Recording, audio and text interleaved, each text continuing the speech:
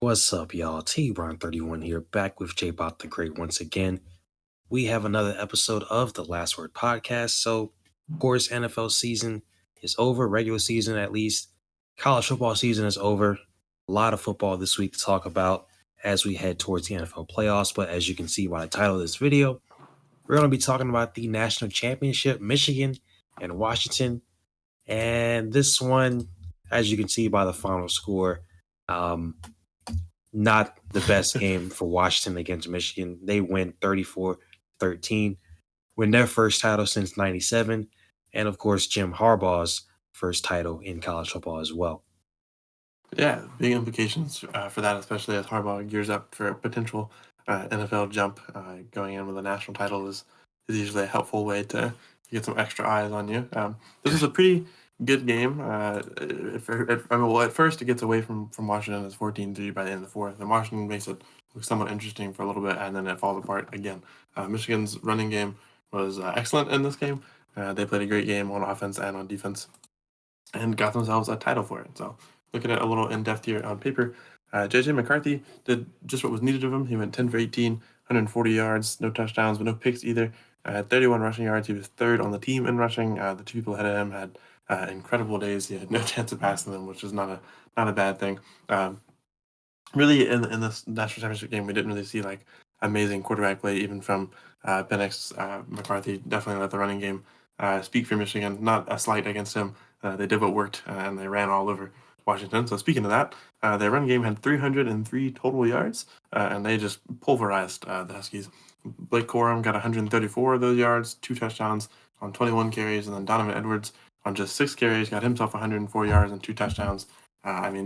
Washington, if you started to rush at them, you were going through. They were not in the business of stopping the run at all.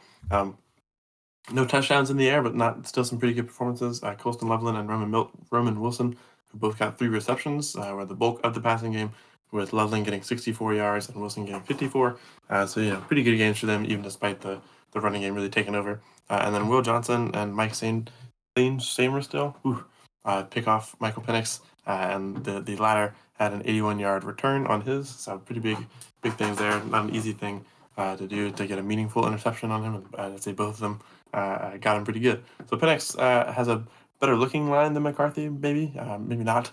I would say that he also didn't play a good game. He went 27 for 51, 255 yards, 1 touchdown, 2 picks. Just not a very impressive game. He finished the day with -5 rushing yards as well. Obviously, I've been high on Michael Penix Jr. all season.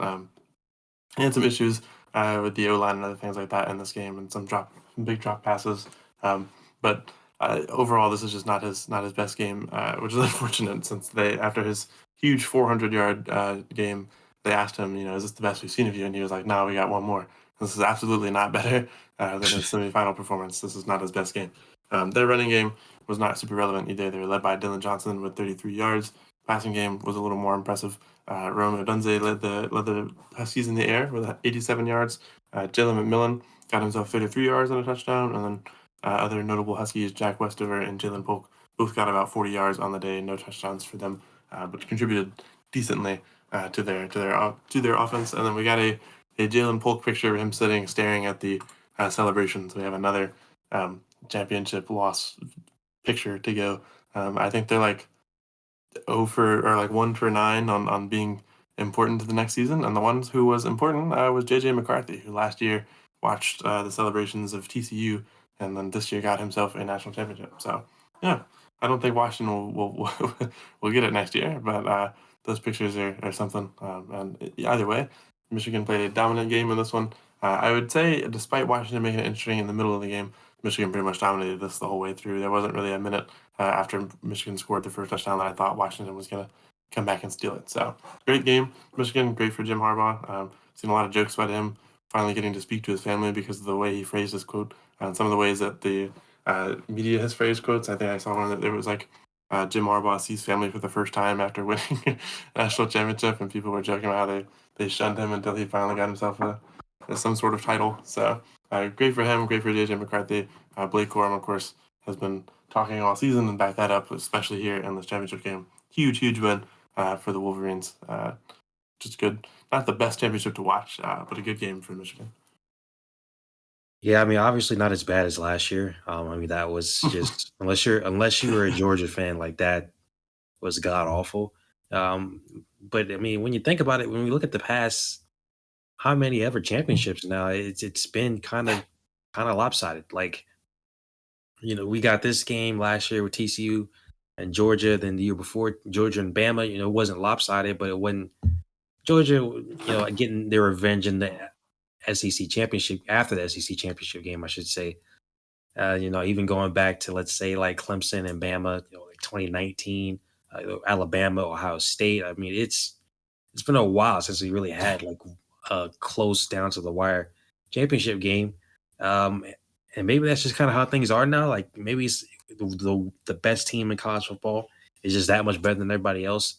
And Michigan, obviously, they obviously showed that this year. I mean, they just beat Washington again, undefeated, pretty much the clear second best team in the country this year. Beat Alabama last week, beat Ohio State. So I mean, it is pretty much undisputed. Michigan's the best team. I picked them last week. I just didn't think the game would turn out this way. I did figure, like, obviously, for them to be able to win, that defense was going to have to show up big, and they did. I didn't think that Washington would come out and score 13 points, but in the sense of them being held in check, like I thought that would have to happen in order for them to win. Because if you let Washington go up and down the field like they had been doing pretty much all season, they were going to lose. And despite that, dry spell for Michigan's offense, in the middle of the game where Washington kind of was coming back and possibly had a chance, when they scored that touchdown before the half, and then when they were getting the ball at the half, there was a little bit of glimmer of hope there.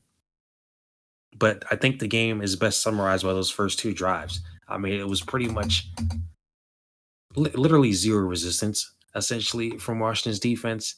And I mean, the Michigan started this drive all the way back at the 16. Two straight kickoffs. They pretty much got nothing on the returns, and they were able to get down and get touchdowns in less than 10 plays. I mean, it pretty much zero resistance again. JJ McCarthy had, I think, just two completions on the first drive. And then the second drive had a big one to Roman Wilson, and then Donovan Edwards, who, funny to say, we talked about Blake Corum last week. I said he would probably be the biggest game changer for Michigan in this one. Kind of forgot about Donovan Edwards here. He got the first two touchdowns, 41 and 46 yards, respectively. And like you said, whenever that happened, we were talking throughout the game. It was just like, I don't think these guys are going to be able to stop him. Like, obviously, they're not going to run up and down the field every single drive, and they obviously didn't, as we got into this game more. But like that did not give me confidence. Like, we've been watching football long enough where you can just tell when something's going to go wrong from the beginning, and this looked like it was going wrong from the beginning.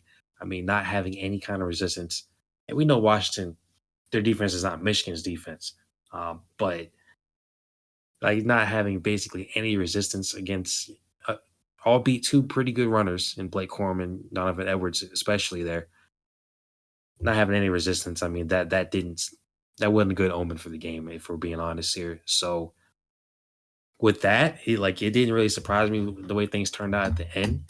You know, 34-13. I mean, at that point, the game was pretty much over anyway with that last touchdown by Blake Corum. I mean, even after they got that pick, really, which is the one that Mike Sain was still, I think, if I can remember, if you're pronouncing it right.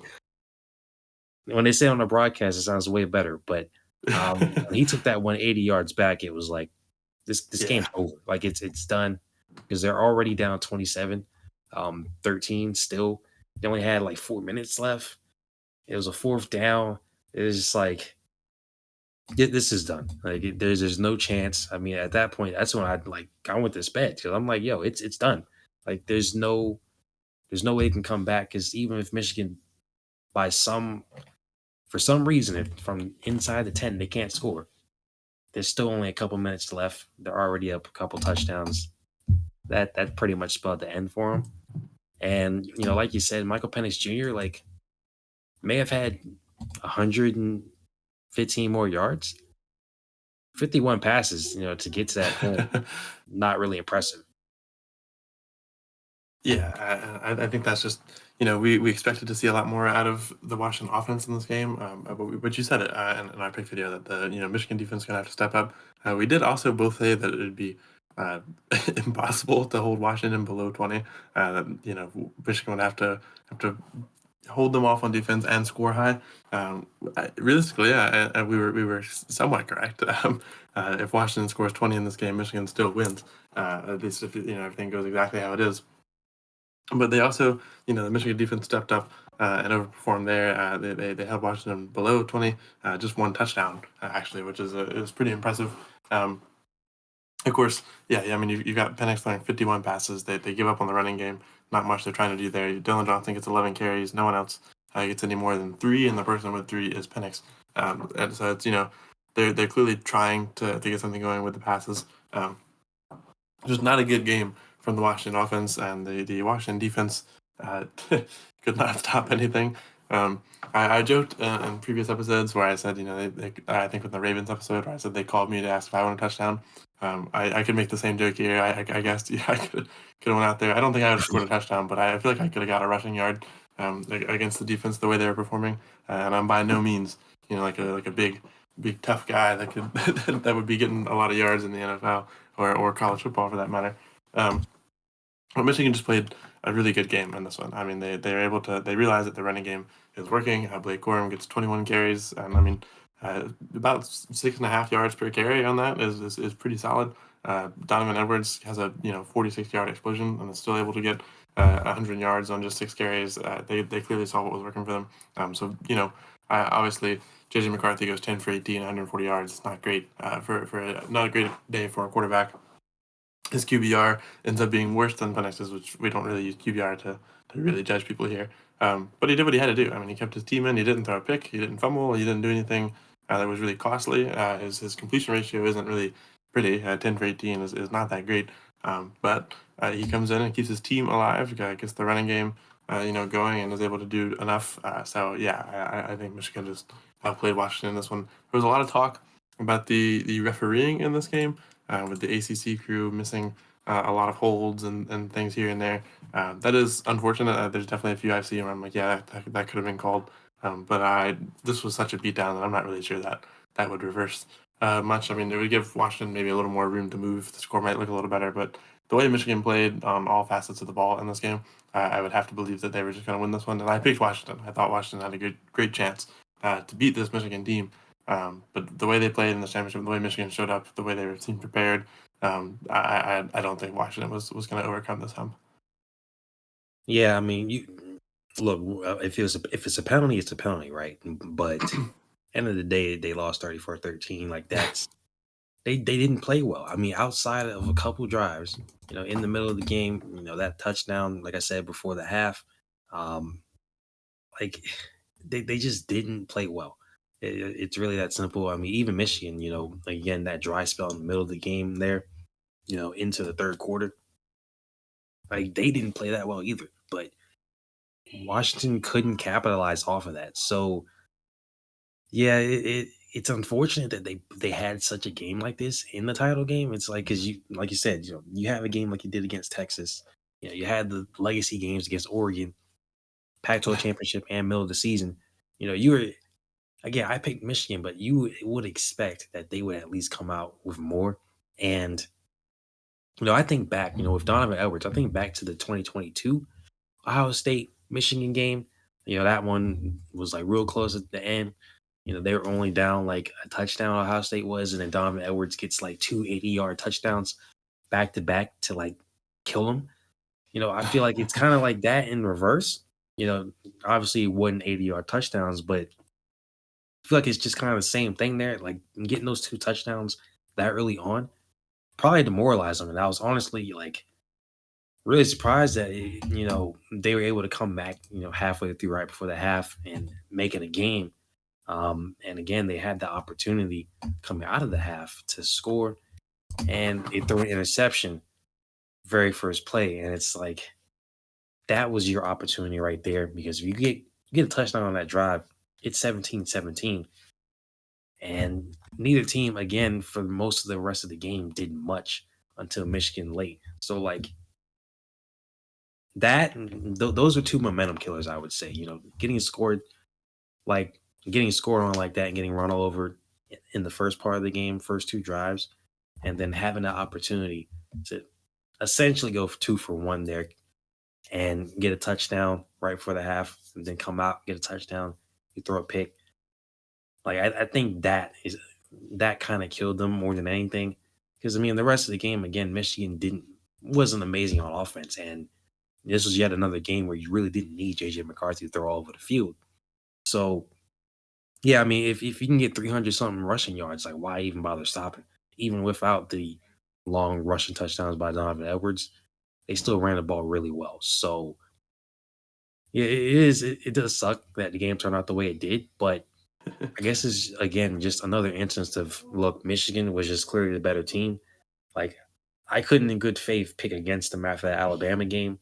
So, again, I think they pretty much proved, despite, everything that happened this season, um, they were definitely the best team this year, without a doubt.